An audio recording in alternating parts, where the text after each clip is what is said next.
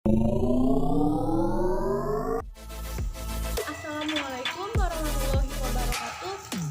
Perkenalkan, nama saya Tessa Sukmayanti. Kemudian ada anggota lainnya, yaitu ada Arin Birinzani, ada Siska Ayu Ramzini, kemudian ada Yusi Yustikawati, dan yang terakhir ada Desi Yulianti. Di sini kami akan memaparkan materi tentang audit sumber daya manusia. Langsung saja kita masuk ke materi yang pertama. Saya di sini akan menjelaskan tentang pengertian audit sumber daya manusia, kerangka audit sumber daya manusia, dan tujuan dari audit sumber daya manusia. Langsung saja. Pengertian dari audit sumber daya manusia merupakan penilaian dan analisis yang komprehensif terhadap program-program sumber daya manusia. Walaupun secara khusus, audit ini dilakukan pada Departemen Sumber Daya Manusia, tetapi tidak terbatas hanya pada aktivitas yang terjadi pada departemen ini. Audit sumber daya manusia menekankan penilaian terhadap berbagai aktivitas sumber daya manusia yang terjadi pada perusahaan dalam rangka memastikan apakah aktivitas tersebut telah berjalan secara ekonomis, efisien, dan efektif dalam mencapai tujuannya, serta memberikan rekomendasi perbaikan atas berbagai kekurangan yang masih terjadi pada aktivitas sumber daya manusia yang diaudit untuk meningkatkan kinerja dari program atau aktivitas tersebut.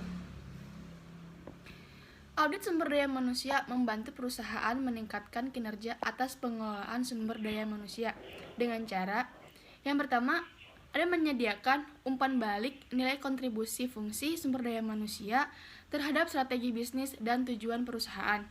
Yang kedua, menilai kualitas praktik, kebijakan, dan pengelolaan sumber daya manusia. Yang ketiga, melaporkan keberadaan sumber daya manusia saat ini dan langkah-langkah perbaikan yang dibutuhkan. Yang keempat, menilai biaya dan manfaat dari praktik-praktik sumber daya manusia. Yang kelima, menilai hubungan sumber daya manusia dengan manajemen lini dan cara-cara meningkatkannya. Yang keenam, merancang panduan untuk menentukan standar kinerja sumber daya manusia. Yang ketujuh, mengidentifikasi area yang perlu diubah dan diingatkan dengan rekomendasi khusus. Selanjutnya ada kerangka kerja audit sumber daya manusia. Kerangka kerja audit sumber daya manusia menghubungkan pengelolaan sumber daya manusia dengan tujuan bisnis perusahaan secara keseluruhan. Dalam hubungan ini, audit menilai dukungan sumber daya manusia terhadap pencapaian tujuan perusahaan, komitmen perusahaan dalam membudayakan dan melibatkan sumber daya manusia, serta mengidentifikasi permasalahan yang terjadi dalam hubungan tersebut, dan merekomendasikan langkah-langkah perbaikan yang diperlukan. Kalian bisa dilihat dari gambar 5.1 di halaman 53. Selanjutnya ada tujuan audit sumber daya manusia. Ada beberapa hal yang ingin dicapai melalui audit sumber daya manusia yang merupakan tujuan dari dilakukannya audit tersebut. Antara lain, yang pertama, menilai efektivitas dari fungsi sumber daya manusia. Yang kedua, menilai apakah program atau aktivitas sumber daya manusia telah berjalan secara ekonomis, efektif, dan efisien. Yang ketiga, memastikan ketaatan berbagai program atau aktivitas sumber daya manusia terhadap ketentuan hukum, peraturan, dan kebijakan yang berlaku di perusahaan. Yang keempat, mengidentifikasi berbagai hal yang masih dapat ditingkatkan terhadap aktivitas sumber daya manusia dalam menunjang kontribusinya terhadap perusahaan. Yang kelima, merumuskan beberapa langkah perbaikan yang tepat untuk meningkatkan ekonomisasi, efisiensi, dan efektivitas berbagai program atau aktivitas sumber daya manusia. Sekian penjelasan dari saya. Untuk yang selanjutnya, saya akan memaparkan tentang materi manfaat audit sumber daya manusia.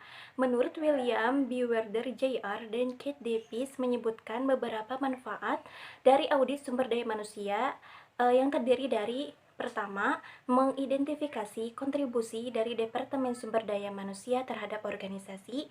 Yang kedua, meningkatkan citra profesional Departemen Sumber Daya Manusia. Yang ketiga, mendorong tanggung jawab dan profesionalisme yang lebih tinggi karyawan Departemen Sumber Daya Manusia. Yang keempat, memperjelas tugas-tugas dan tanggung jawab Departemen Sumber Daya Manusia. Yang kelima, mendorong terjadinya keragaman kebijakan dan praktik-praktik sumber daya manusia. Yang keenam, menemukan masalah-masalah kritis dalam bidang sumber daya manusia.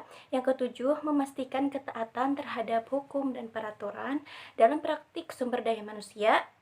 Yang kedelapan, menurunkan biaya sumber daya manusia melalui prosedur sumber daya manusia yang lebih efektif. Yang kesembilan, meningkatkan keinginan untuk berubah dalam Departemen Sumber Daya Manusia. Dan yang kesepuluh, memberikan evaluasi yang cermat terhadap sistem informasi sumber daya manusia. Untuk selanjutnya yaitu ada pendekatan audit sumber daya manusia. Ada 3 pendekatan utama dalam audit sumber daya manusia yang umum digunakan, yaitu yang pertama, menentukan ketaatan pada hukum dan peraturan yang berlaku. Berbagai peraturan telah dikeluarkan pemerintah berkaitan dengan ketenagakerjaan seperti Undang-Undang Nomor 13 Tahun 2003 tentang Ketenagakerjaan dan berbagai peraturan lain yang merupakan penjabaran dari undang-undang tersebut.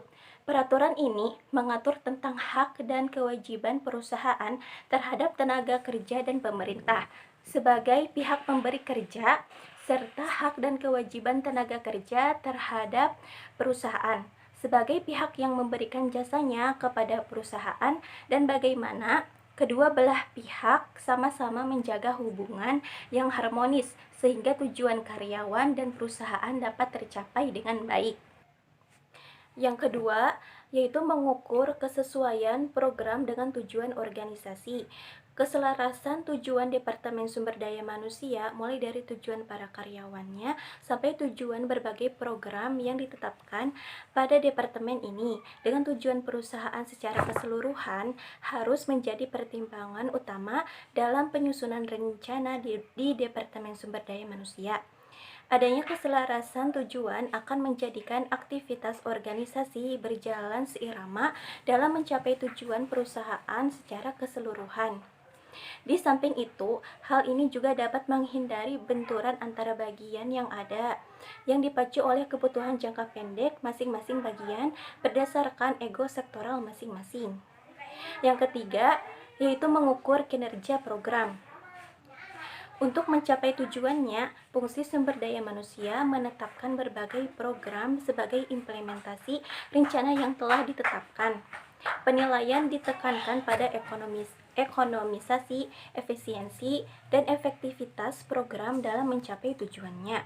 Dari hasil audit akan diketahui apakah beberapa program masih mungkin untuk ditingkatkan kinerjanya atau memang program tersebut belum berjalan secara maksimal karena dihadapkan pada suatu kondisi di luar kemampuan manajemen untuk mengendalikannya, dan bagaimana tindak lanjut yang mungkin dilakukan untuk memperbaiki kekurangan yang masih terjadi pada program-program sumber daya manusia tersebut. Jadi selanjutnya yaitu mengenai langkah-langkah audit. Secara umum, langkah-langkah audit itu terdiri dari 5 langkah. Yang pertama yaitu audit pendahuluan, di mana pada tahap ini auditor menekankan auditnya pada pencarian informasi mengenai latar belakang dan gambaran umum terhadap program atau aktivitas sumber daya manusia yang diaudit. Informasi yang diperoleh pada tahap ini akan menghantarkan auditor pada perumusan tujuan audit sementara. Ketetapan perumusan tujuan audit ini sangat menentukan keberhasilan audit untuk mencapai tujuannya, di mana tujuannya itu terdiri dari 3 ya. Yang pertama yaitu kriteria, yang kedua penyebab, dan yang ketiga sebagai akibat. Langkah kedua yaitu mengenai review terhadap sistem pengendalian manajemen. Beberapa hal yang berhubungan dengan sistem pengendalian manajemen yang harus diperhatikan oleh auditor dalam audit sumber daya manusia antara lain: yang pertama, tujuan dari program atau aktivitas sumber daya manusia. Yang kedua, kualitas dan kuantitas dari sumber daya manusia. Yang ketiga, anggaran program. Dan yang keempat, pedoman atau metode kerja, persyaratan kualifikasi. Kemudian yang kelima, spesifikasi dan deskripsi pekerjaan. Dan yang terakhir, standar atau ukuran kinerja program. Langkah yang ketiga yaitu audit lanjutan. Dari temuan audit yang diperoleh, auditor meringkas dan melakukan pengelompokan terhadap temuan tersebut ke dalam kelompok kondisi, kriteria, penyebab, dan akibat. Langkah yang keempat yaitu pelaporan. Laporan harus disajikan dalam bahasa yang mudah dipahami. Laporan audit harus memuat tentang informasi latar belakang, kesimpulan audit, dan disertai dengan temuan-temuan audit sebagai bukti pendukung kesimpulan tersebut. Kemudian yang terakhir yaitu tindak lanjut. Pada dasarnya keputusan untuk melakukan tindak lanjut sepenuhnya ada pada manajemen, tetapi dalam pelaksanaannya auditor mendampingi agar tindak lanjut tersebut berjalan sesuai dengan rekomendasi yang diajukan dan dapat mencapai tujuannya. Kemudian materi selanjutnya yaitu mengenai ruang lingkup audit. Ruang lingkup audit ini meliputi seluruh proses sumber daya manusia baik secara parsial maupun secara keseluruhan sesuai dengan kebutuhan dari hasil audit, baik dilakukan hanya pada satu divisi maupun pada perusahaan secara keseluruhan. Ruang lingkup sumber daya manusia dibagi ke dalam 3 kelompok, yaitu yang pertama rekrutmen atau perolehan sumber daya manusia, mulai dari awal proses perencanaan kebutuhan sumber daya manusia hingga proses seleksi dan penempatan. Yang kedua yaitu pengelolaan atau pemberdayaan sumber daya manusia, meliputi semua aktivitas pengelolaan sumber daya manusia setelah ada di perusahaan, mulai dari pelatihan dan pengembangan sampai dengan penilaian kinerja karyawan. Dan yang terakhir yaitu pemutusan hubungan kerja atau PHK karena mengundurkan diri maupun pemecatan akibat pelanggaran aturan perusahaan. Materi selanjutnya yaitu tentang program kerja audit. Program kerja audit atau sering disebut dengan program audit merupakan rencana kerja dan langkah kerja yang harus dilakukan oleh auditor dalam melaksanakan tugas audit berdasarkan tujuan-tujuan yang telah ditetapkan. Dalam program kerja audit memuat beberapa pertanyaan untuk memperoleh temuan-temuan audit yang sesuai dengan tahapan-tahapan audit. Pada bagian ini diuraikan secara umum untuk keseluruhan proses sumber daya manusia mulai dari penerimaan karyawan sampai dengan pemutusan hubungan kerja. Selanjutnya yaitu audit atas perolehan sumber daya manusia. Yang pertama yaitu perencanaan sumber daya manusia. Perencanaan sumber daya manusia merupakan proses analisis dan identifikasi tentang kebutuhan dan ketersediaan sumber daya manusia untuk menyelesaikan berbagai bidang tugas dan tanggung jawab yang harus dikelola oleh perusahaan untuk mencapai tujuannya. Tanggung jawab perencanaan sumber daya manusia pada dasarnya terletak pada seluruh manajer yang membutuhkan sumber daya manusia dan Departemen Sumber Daya Manusia sebagai koordinator yang menangani bidang sumber daya manusia. Tahap perencanaan yang diawali dengan mempertimbangkan tujuan dan strategi perusahaan. Setelah perusahaan memiliki uraian, spesifikasi pekerjaan, dan standar kinerja yang baru, penilaian terhadap kondisi sumber daya manusia harus dilakukan. Tujuannya untuk menilai ketersediaan dan kemampuan sumber daya manusia untuk melaksanakan pekerjaan yang ada dalam operasional perusahaan. Tahap berikutnya setelah penilaian kondisi internal sumber daya manusia yang harus dilakukan yaitu analisis lingkungan eksternal yang mempengaruhi penawaran tenaga kerja di pasar kerja. Ada beberapa faktor yang mempengaruhi penawaran tenaga kerja yang harus diperhatikan. Di antaranya yaitu yang pertama pengaruh pemerintahan, yang kedua kondisi perekonomian, yang ketiga kondisi persaingan dan posisi perusahaan di pasar. Yang keempat ada komposisi tenaga kerja dan pola kerja. Selain itu, ada beberapa sumber tenaga kerja alternatif dalam pencarian sumber daya manusia. Di antaranya yaitu dari yang pertama, lembaga pelatihan tenaga kerja, yang kedua dari perguruan-perguruan tinggi, yang ketiga dari bursa kerja, dan yang keempat dari lembaga-lembaga yang menyediakan atau mempersiapkan tenaga kerja siap pakai. Penerima sumber daya manusia harus memilih sumber tenaga kerja yang paling efisien dalam mendapatkan kualifikasi tenaga kerja sesuai dengan kebutuhan perusahaan. Keseluruhan tahap dalam perencanaan sumber daya manusia ini menghasilkan suatu rencana sumber daya manusia yang meliputi rencana perolehan dan pengelolaan sumber daya manusia serta pemutusan hubungan kerja. Manfaat dari perencanaan sumber daya manusia meliputi yang pertama, perusahaan dapat memanfaatkan secara optimal sumber daya manusia yang sudah ada di perusahaan. Yang kedua, ada meningkatkan efektivitas kerja. Yang ketiga, meningkatkan produktivitas kerja karyawan. Yang keempat, tersedianya sumber daya manusia yang mempengaruhi kualifikasi untuk memegang wewenang dan tanggung jawab yang lebih besar di masa yang akan datang. Dan yang terakhir, ada menyediakan dasar penyusunan program kerja sumber daya manusia bagi fungsi sumber daya manusia. Selanjutnya, selain perencanaan sumber daya manusia, yang kedua ada rekrutmen. Rekrutmen meliputi upaya pencarian sejumlah calon karyawan yang memenuhi syarat dalam jumlah tertentu, sehingga dari mereka perusahaan dapat menyeleksi orang-orang yang paling tepat untuk mengisi lowongan kerja yang ada. Pertimbangan pemilihan sumber tenaga kerja yang harus didasarkan pada kebutuhan sumber daya manusia sesuai dengan kualifikasinya. Tidak semata-mata memanfaatkan sumber daya manusia yang paling murah, tetapi harus diperhatikan pula kredibilitas sumber daya manusia tersebut. Rekrutmen juga harus memberikan kesempatan yang sama untuk setiap calon tenaga kerja untuk masuk ke dalam perusahaan. Tidak adanya diskriminasi. Setiap pelaksana rekrutmen harus berdasarkan pada prinsip-prinsip, diantaranya yang pertama yaitu kualitas karyawan yang akan direkrut harus sesuai dengan kebutuhan atas kualitas sumber daya manusia yang sesuai. Oleh karena itu, rekrutmen harus berpedoman pada analisis pekerjaan, deskripsi pekerjaan, dan juga spesifikasi pekerjaan.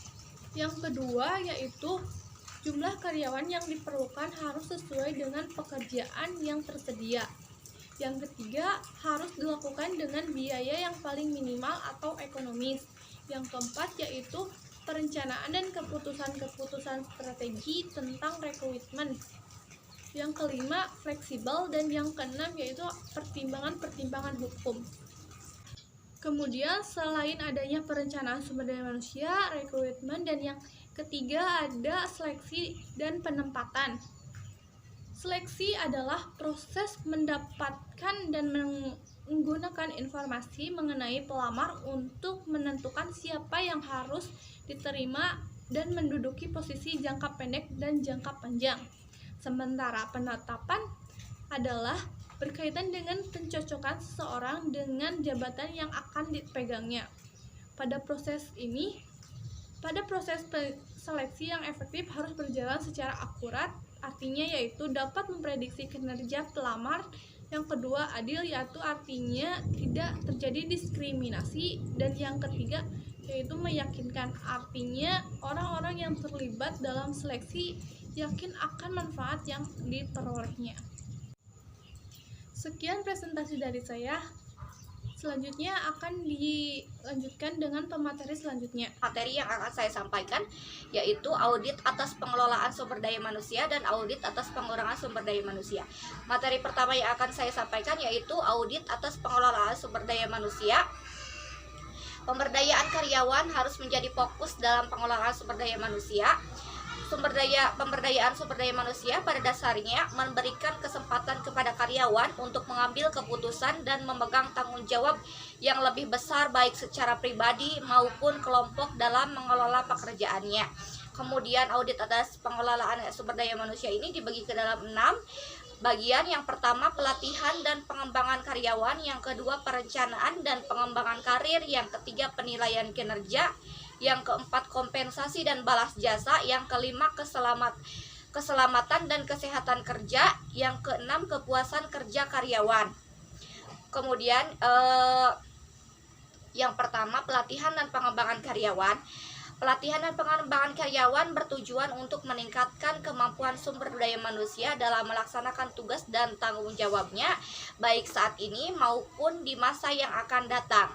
Identifikasi kebutuhan pelatihan dapat dilakukan dengan caranya dapat. Yang pertama menentukan keterampilan apa yang dibutuhkan karyawan agar memiliki kinerja yang baik sesuai dengan yang dibutuhkan dalam strategi pencapaian tujuan perusahaan. Yang kedua melakukan penilaian secara periodik untuk mengidentifikasi topik yang tepat untuk pelatihan. Yang ketiga melakukan proses identifikasi secara terus-menerus yang meliputi penilaian terhadap kursus atau pelatihan yang telah selesai dilaksanakan dan memberikan saran kepada unit bisnis dan manajer untuk pelaksanaan pelatihan berikutnya. Kemudian yang keempat menentukan tolak ukur atau brand making pada industri yang sama terhadap pelatihan yang dilakukan dan keberhasilannya dalam meningkatkan kinerja karyawan. Suatu program pelatihan yang baik harus meningkatkan kemampuan sumber daya manusia dalam melaksanakan tugas dan tanggung jawabnya. Adapun tujuan pelatihan dan pengembangan secara garis besarnya yaitu dibagi menjadi 6. Yang pertama untuk meningkatkan kualitas dan kuantitas output. Yang kedua menurunkan biaya kegagalan produk. Yang ketiga menurunkan pemborosan penggunaan sumber daya. Yang keempat menurunkan kecelakaan kerja. Yang kelima menurunkan perputaran karyawan, tingkat absensi dan meningkatkan kepuasan kerja. Dan yang terakhir mencegah timbulnya rasa antipati karyawan. Sedangkan efektivitas dari program pelatihan dapat mencapai tujuannya dapat dilihat dari 3 aspek. Yang pertama validitas pelatihan, yang kedua transfer ilmu pengetahuan, dan yang ketiga validitas interorganisasional. Kemudian poin yang kedua perencanaan dan pengembangan karir. Karir adalah seluruh pekerjaan yang dimiliki atau dilakukan oleh individu selama masa hidupnya. Tujuan karir adalah posisi di masa depan yang ingin dicapai oleh individu dalam pekerjaannya. Hasil suatu penelitian menyimpulkan bahwa kebutuhan karyawan dalam perencanaan dan pengembangan karir meliputi hal sebagai berikut. Yang pertama, persamaan karir atau career equity. Yang kedua, kepedulian atasan atau supervisory consent. Yang ketiga, kesadaran akan adanya kesempatan atau hours of opportunity. Yang keempat, minat karyawan atau employee interest. Yang kelima, kepuasan karir atau career stratification. Dan yang ketiga, poin ketiga yaitu penilaian kinerja. Berdasarkan orientasi penilaiannya, tujuan penilaian kinerja dapat dibedakan menjadi 2, yaitu tujuan penilaian yang berorientasi pada masa lalu dan tujuan penilaian yang berorientasi pada masa depan. Kemudian poin keempat, kompensasi dan balas jasa. Kompensasi adalah suatu yang diterima karyawan sebagai pengganti atau imbalan atas kontribusi yang telah diberikan karyawan pada perusahaan. Kompensasi dibedakan menjadi 2 kelompok, yaitu kompensasi finansial dan kompensasi non-finansial. Kemudian poin yang kelima, keselamatan dan kesehatan kerja. Keselamatan dan kesehatan kerja mengacu pada kondisi psikologis fisik dan psikologis karyawan yang diakibatkan oleh lingkungan dan fasilitas kerja yang disediakan perusahaan. Gangguan keselamatan dan kesehatan kerja dapat berupa kecelakaan, penyakit yang diakibatkan oleh pekerjaan, kehidupan kerja yang berkualitas rendah, stres pikiran, kelelahan kerja. Kemudian poin terakhir yaitu kepuasan kerja karyawan. Kepuasan kerja merupakan gambaran evaluasi seseorang atas perasaan sikapnya senang atau tidak senang, puas atau tidak puas dalam bekerja. Beberapa faktor menyebabkan kepuasan kerja adalah tempat bekerja yang tepat, pembayaran yang sesuai, organisasi dan manajemen, supervisi yang tepat, pekerjaan yang tepat. Kemudian materi terakhir yaitu audit atas pengurangan sumber daya manusia. Pengurangan tenaga kerja merupakan keputusan yang tidak berdiri sendiri. Berbagai kepentingan perusahaan harus diselamatkan agar perusahaan bisa bertahan hidup atau survive dan ikut bermain dalam persaingan yang sangat tinggi intensitasnya. Menurut Undang-Undang Nomor 13 Tahun 2003 tentang Ketenagakerjaan, melalui pasal-pasalnya mengatur secara ketat hak-hak tenaga kerja yang harus dipenuhi perusahaan yang melakukan PHK atau tindak PHK yang dilakukan perusahaan akan membawa dampak finansial maupun non-finansial.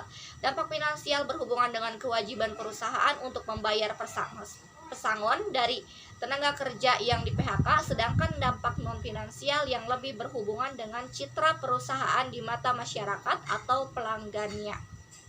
Terima kasih. Sekian materi yang dapat kelompok kami sampaikan. Kurangnya kami mohon maaf. Wabillahi taufiq wal hidayah. Wassalamualaikum warahmatullahi wabarakatuh.